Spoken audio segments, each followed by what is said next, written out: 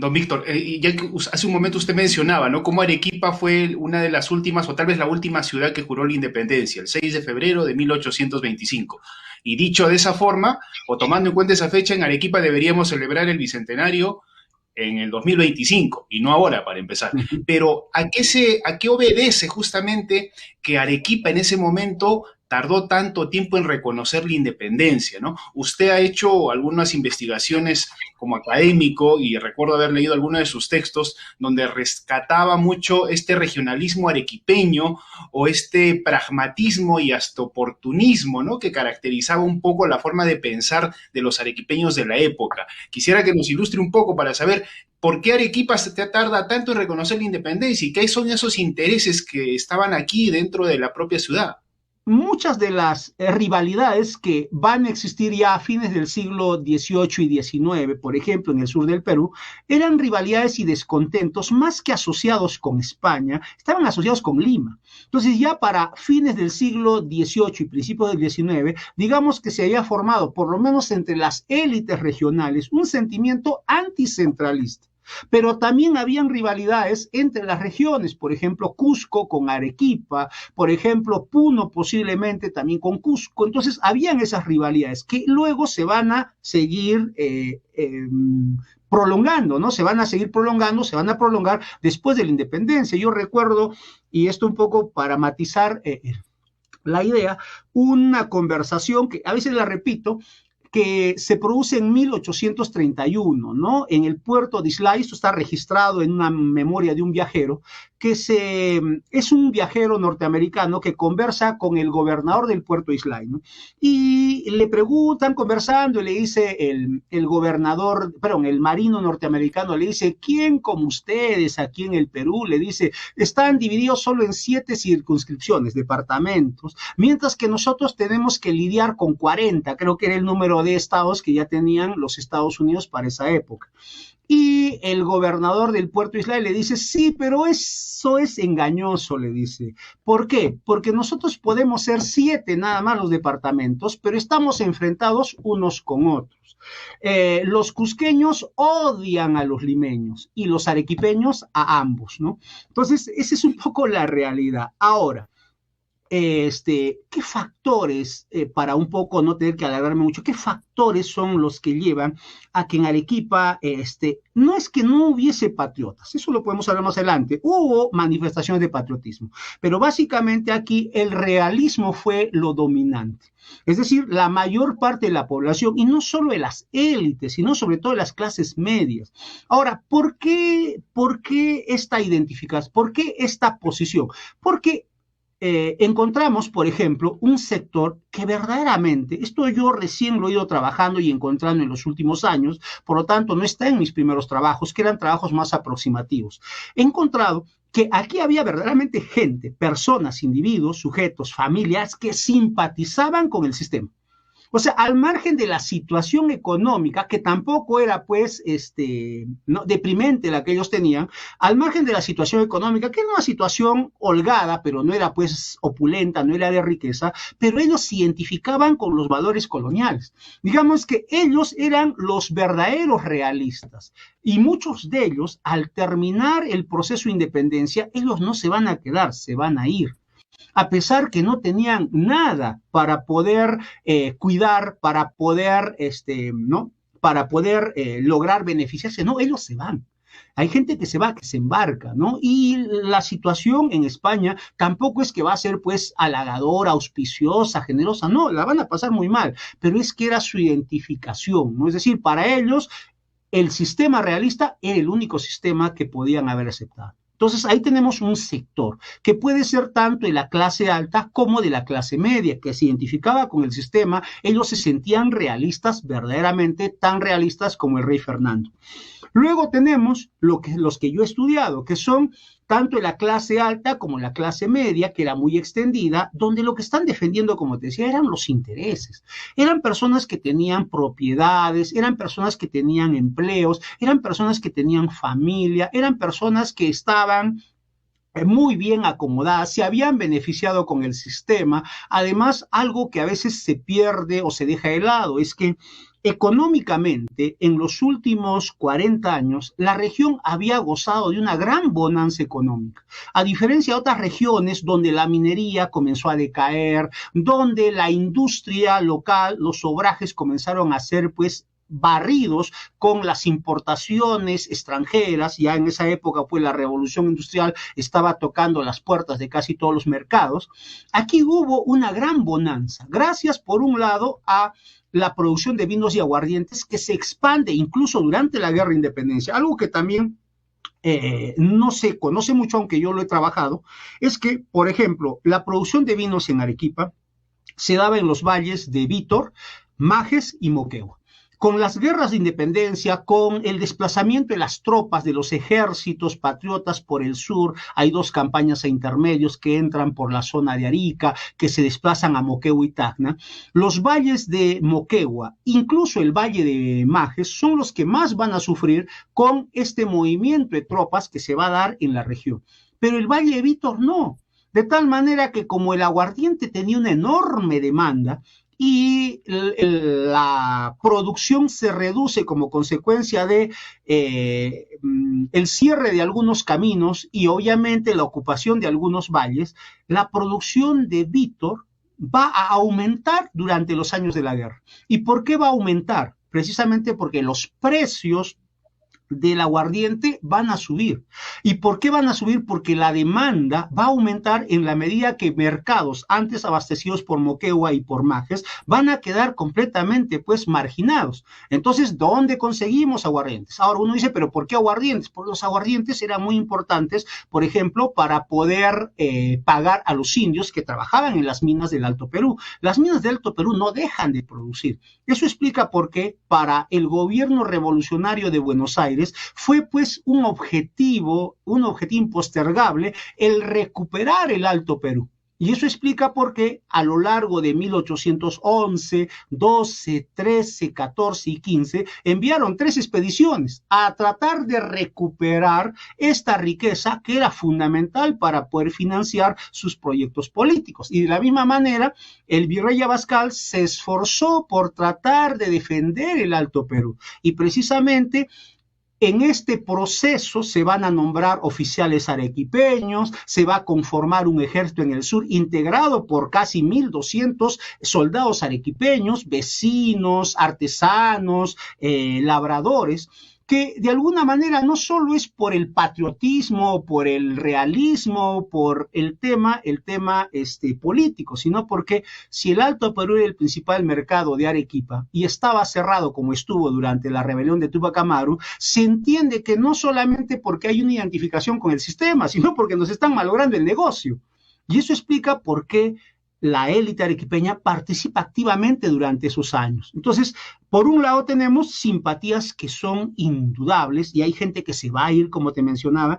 Por otro lado tenemos a esta defensa de intereses válidos, ¿no? Personales, familiares, de clase, económicos, etcétera. Pero por otro lado también hay algo que se manifiesta durante estos años. Había en una sociedad bastante homogénea. La sociedad arequipeña era una sociedad bastante homogénea en la medida en que tenías una clase alta muy reducida, conformada por grandes hacendados, grandes propietarios, funcionarios.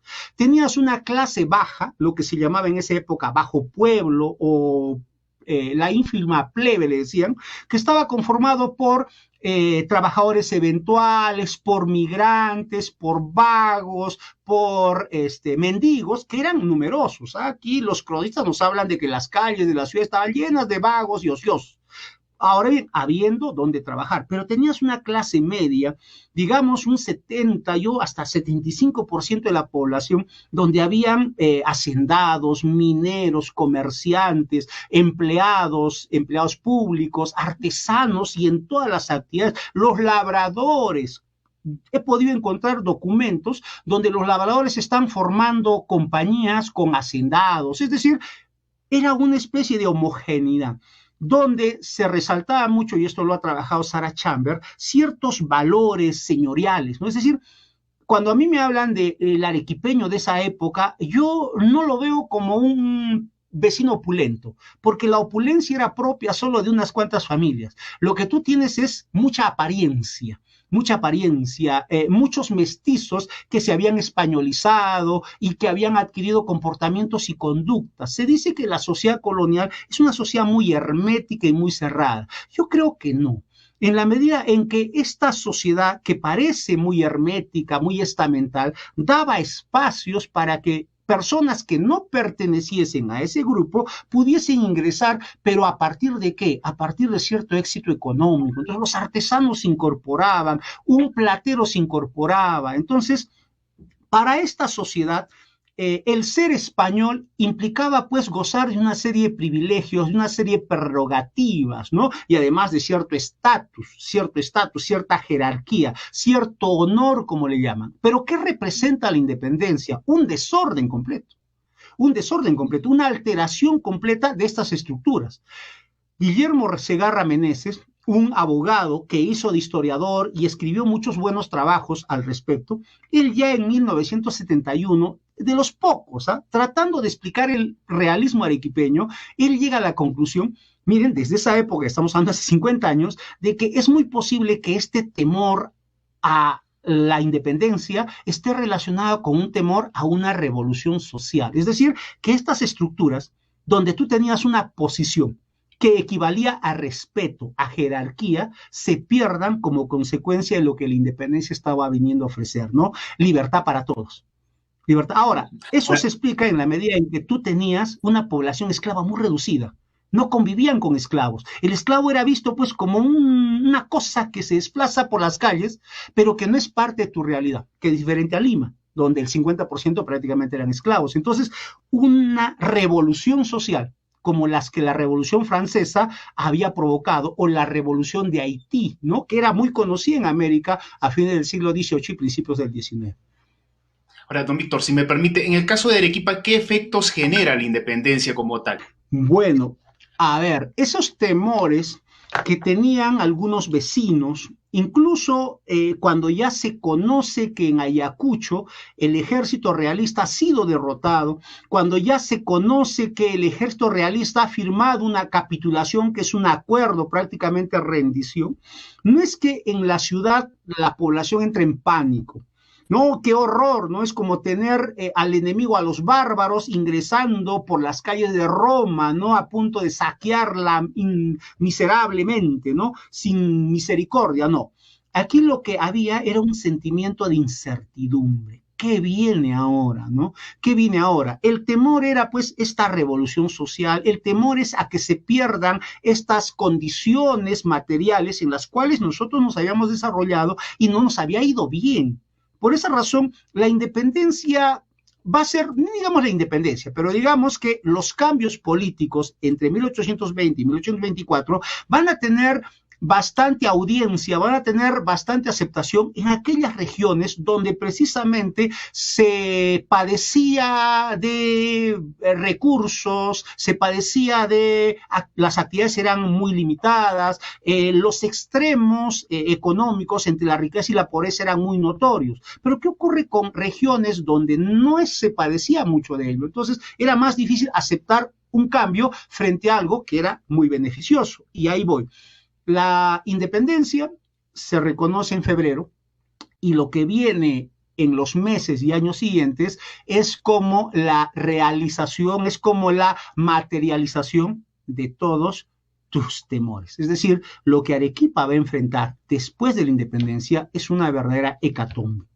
Es casi un terremoto, empezando porque la economía se desploma completamente. La producción de vinos y aguardientes se va en picada, no solamente porque habían quedado algunas haciendas destruidas o porque la fuerza de trabajo comienza a escasear o porque se habían consumido todas las mulas y no habían medios de transporte, no, sino porque nuestro principal mercado, el mercado más grande, el mercado más atractivo, que era el Alto Perú, se convierte en una república independiente y comienza a imponer impuestos, a establecer una serie de aranceles para no impedir que llegue el vino, sino para poder agenciarse de recursos. Y en la medida en que ellos se pueden agenciar de recursos a través de las importaciones, entonces comienzan a permitir también el ingreso de aguardientes de caña, aguardientes adulterados, vinos extranjeros, de tal manera que ese mercado casi exclusivo que tenían los productores arequipeños se pierde por un lado. Por otro lado, la minería se desploma, aunque ya antes de la independencia la minería atravesaba una serie de problemas. Uno de ellos siempre va a ser la falta de fuerza de trabajo. El otro va a ser la falta del insumo fundamental que era el azogue. Todo esto se pierde. Además, porque la minería colonial era una minería bastante subsidiada, el Estado republicano es un Estado pobre, no tiene dinero ni siquiera para poder financiar pues un socavón, ¿no? Entonces prácticamente deja todo a la suerte que significa la llegada de inversión extranjera que nunca llega, de tal manera que aquí en Arequipa se pierde la agricultura del vino durante décadas, se pierde lo poco que había de minería, y si bien es cierto el comercio inicia un proceso de crecimiento y expansión desde 1820-21, el problema es que el comercio va a seguir creciendo, va a seguir aportando los ingresos al departamento que las otras actividades ya no te la dan, incluido el propio tributo indígena. ¿Quién va a querer pagar tributos después de la independencia cuando muchos de los indios habían luchado precisamente o a favor de unos y otros? Entonces están armados, tienen experiencia militar, va a ser muy difícil cobrarles también. Se van a tener que establecer formas de coactar a esta población para que pueda pagar, etcétera. Pero el tema del comercio. El comercio es la única actividad que genera ingresos y va a generar aproximadamente entre 1825 y 1850 y más, va a generar hasta entre el 50 y el 60% de los ingresos departamentales que han caído al 50%. Es decir, ahora el departamento de Arequipa tiene la mitad de los ingresos que tenía en 1820, pero de esa mitad el 50-60% proviene del comercio. ¿Y dónde va a estar el problema? El problema es que el comercio va a caer en manos de los extranjeros, va a caer en manos de empresarios franceses, ingleses, irlandeses. Prácticamente los locales, los criollos, van a ser desplazados de esta actividad. Van a continuar elaborando, pero como comerciantes intermediarios, como representantes, como agentes. Aunque digamos que por otro lado, el hecho de que se establezcan casas comerciales, que se establezcan funcionarios, va a ser también una alternativa para los vecinos y propietarios, porque como ocurre hoy, ¿de qué está llena el centro de Arequipa? De negocios. La mayor parte de esos negocios como bancos, como financieras, no son dueñas de esos locales. Significa que algún propietario está facturando y muy bien por una casona, por una cuadra que está rentando. Eso también se da. Pero cuando tú me hablas del aspecto social, y un poco para cerrar, yo lo mido a través de la criminalidad. Solo para tener una idea, ¿no? La criminalidad termina multiplicándose, termina creciendo exponencialmente, pero no solamente porque las condiciones materiales de la población se deterioran. Esa es una razón. La otra razón también es que esa estructura que había funcionado bastante bien, ¿no?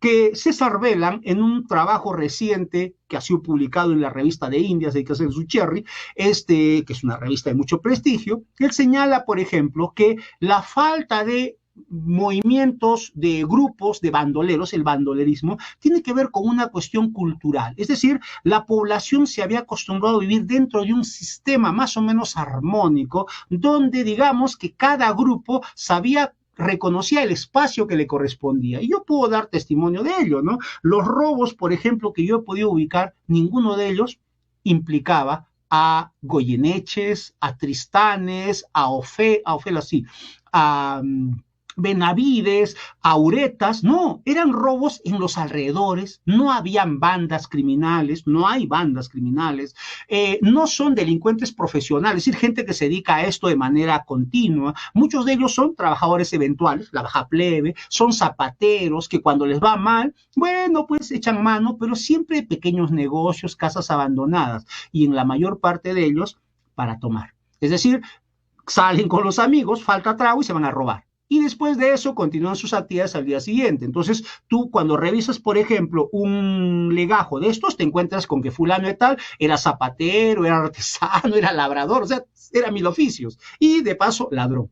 Entonces, pero con la independencia, esto se rompe en la medida en que llega población foránea, que no entiende muy bien cómo funciona este sistema. Además, no tendría por qué entenderlo. Muchos de ellos eran ex soldados en una guerra. ¿Qué es lo que se impone? ¿Qué es lo que termina siendo importante, ¿no? La fuerza. La fuerza. En una guerra se saquea, en una guerra se roba, los que tienen armas tienen autoridad, tienen poder. Entonces, estas personas que se han acostumbrado a una forma de vida donde no hay normas, donde se saquea y se roba impunemente, como parte de lo que vendrían a ser la guerra, es gente que llega también. Por esa razón, cuando tú observas, por ejemplo, entre 1825 y 1830, muchos de los robos son perpetrados por extranjeros, en la medida en que no son arequipeños. No digo que el hecho de ser arequipeño es una categoría de valor, ¿no? Pero por lo menos, como te mencionaba, ellos conocían, eran parte del sistema, eran muy conocidos, también eran muy conocidos, era fácil identificarlos. Pero la gente que llega pues después de 5, 6, 7, 8 años de servir en el ejército, con una mentalidad completamente diferente con respecto a las estructuras sociales. Incluso ellos habían luchado por la patria y se encuentran con una ciudad que es realista. Eso se ve claramente en el discurso que tiene Bolívar con respecto a Arequipa. Entonces, ¿cómo esta ciudad puede haberse mantenido bajo las banderas del rey? Estos son unos esclavos de los españoles, dice Bolívar. De tal manera que a la élite arequipeña le va a costar mucho reconstituirse, pero en ese proceso de reconstitución, de reestructuración, sentimientos de rechazo al gobierno centralista, sentimientos de rechazo a los gobiernos militares se van a comenzar a formar, se van a comenzar a desarrollar y en gran medida van a explicar también estas famosas y legendarias revoluciones que prácticamente van a marcar la historia de Arequipa durante el siglo XIX.